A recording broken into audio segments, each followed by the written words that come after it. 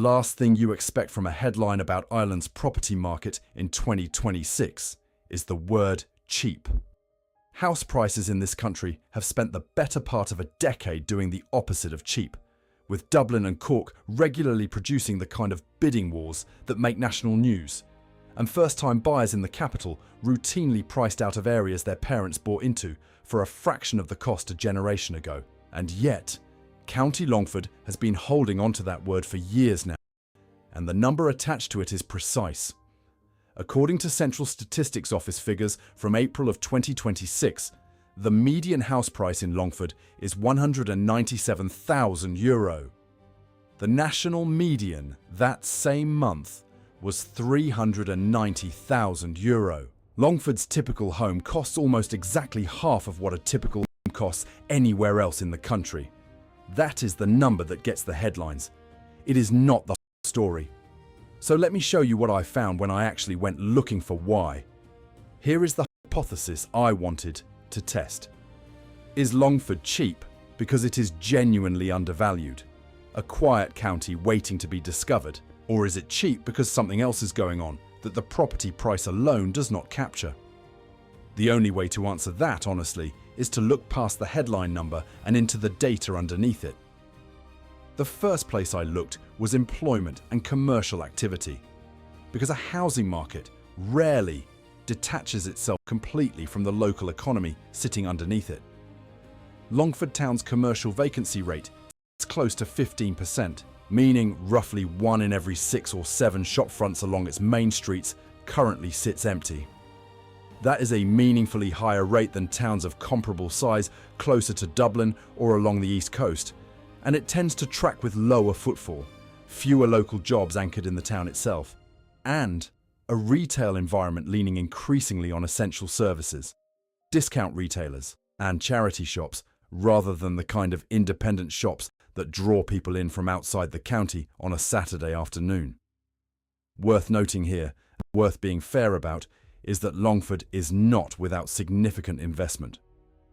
Center Parcs opened its Longford Forest resort in the county in 2019, a development representing well over €200 million in private investment and hundreds of permanent jobs, one of the largest tourism infrastructure projects completed anywhere in the Irish Midlands in recent memory.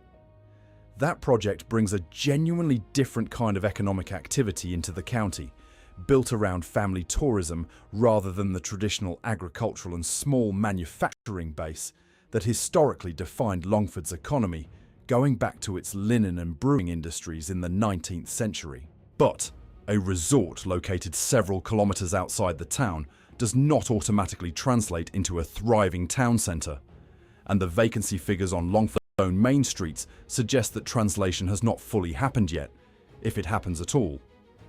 Visitors arrive by car, spend their holiday inside a self-contained resort, and leave without necessarily setting foot on Main Street or Ballymahon Street at all. Here is where the investigation got more complicated than I expected. In 2016, an independent survey called the Census of the Heart collected responses from nearly 12,000 people across Ireland, asking questions designed to measure self-reported happiness and well-being by county. It was not an academic study, and it was not run by a university research department. It was an independent, publicly circulated survey, and it should be read with that context attached. But the result that came out of it for Longford was striking enough that it kept surfacing in local media coverage for years afterward, occasionally to the visible frustration of local councillors who felt the framing was unfair to a county working hard to reinvent itself. Residents of County Longford reported some of the lowest happiness levels of any county in the survey. Two things need to be said clearly here, because precision matters more than a dramatic headline. First, that survey measured the county as a whole, not the town of Longford specifically, and County Longford includes a wide spread of rural townlands well beyond the town itself. From Edgeworthstown, birthplace of the writer Maria Edgeworth, to Ballymahon and Granard, each with their own distinct local economies and character, and each likely contributing very differently to a single county-wide average. Second, An independent survey with 12,000 respondents is a meaningful sample, but it is not peer-reviewed academic research, and it should carry exactly the weight that description implies.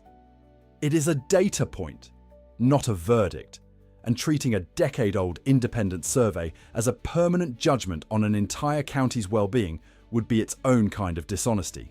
But even treated cautiously, a data point like that sitting next to a housing market with the lowest median price in the country is worth pausing on. Cheap housing markets in Ireland typically track one of two patterns. Either the area is genuinely remote and structurally disconnected from major employment centres, which drives prices down through simple lack of demand, or the area carries some combination of weaker local economic conditions and lower quality of life indicators that suppress both demand and apparently self-reported well-being at the same time. Longford does not fit the first pattern particularly well. It sits within reasonable driving distance of the Midlands and has direct rail connections to Dublin on the Sligo line, making a commute possible, if not exactly comfortable, for those who need one, with a journey time of roughly 90 minutes each way and several daily services in both directions. That rules out pure geographic isolation as the primary explanation for the price gap. And it is worth remembering that plenty of commuter counties within a similar distance of Dublin, including parts of Westmeath and Cavan, do not show anywhere near the same price discount despite comparable travel times. So look again at the second pattern. The near 15% commercial vacancy rate suggests a town centre economy under real strain. The Census of the Heart happiness data, whatever weight you assign it, suggests something beyond pure economics is also part of the picture. Put those two things next to each other and a more complete explanation starts to take shape. Longford is not cheap because it is secretly wonderful and undiscovered. It is cheap, at least in part, because the local economy has been struggling to generate the kind of jobs, footfall and civic momentum that keep both property prices and self-reported well-being higher in other Irish towns of similar size. Here is the detail that changes how you should read all of this though. None of these numbers are static, and none of them are destiny. Commercial vacancy rates shift as councils invest in town centre regeneration schemes, several of which have been targeted at the Midlands region in recent years, specifically because towns like Longford have been flagged as needing intervention under National Town Centre First policies. With funding earmarked for shopfront improvement grants and vacant property refurbishment schemes designed to bring empty units back into use, a struggling town centre in 2024 or 2025 is not automatically a struggling town centre in 2030. And the same low property prices that reflect weaker current demand are precisely the mechanism that eventually attracts buyers priced out of Dublin, Cork or Galway, provided the jobs and services follow.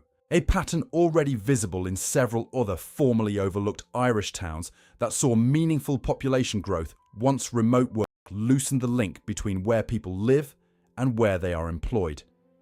That is the actual tension sitting inside this story. And it is worth being honest about which side of it you are looking at. If you are searching for the cheapest possible entry point into Irish property ownership, Longford's €197,000 median is a real, legitimate opportunity. And plenty of buyers have already made exactly that calculation, drawn by the arithmetic of a mortgage that a similar Dublin property would make impossible on an average income. If you are searching for evidence that a place is cheap purely because it has been overlooked and undervalued by a market that has not caught up yet, the commercial vacancy figures and the well-being data suggest a more complicated picture than that comforting narrative allows. Too cheap is sometimes a bargain hiding in plain sight.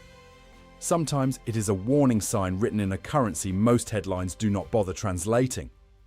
Longford, on the evidence currently available, looks like it might genuinely be a bit of both. And the honest answer is that which one it turns out to be will depend far more on what happens to the town centre over the next 5 years, and on whether developments like Longford Forest eventually pull commercial life back into the town itself, than on anything the property price alone can tell you today.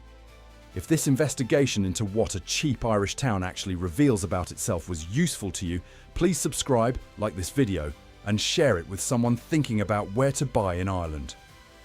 Let us know in the comments whether you think Longford is a bargain or a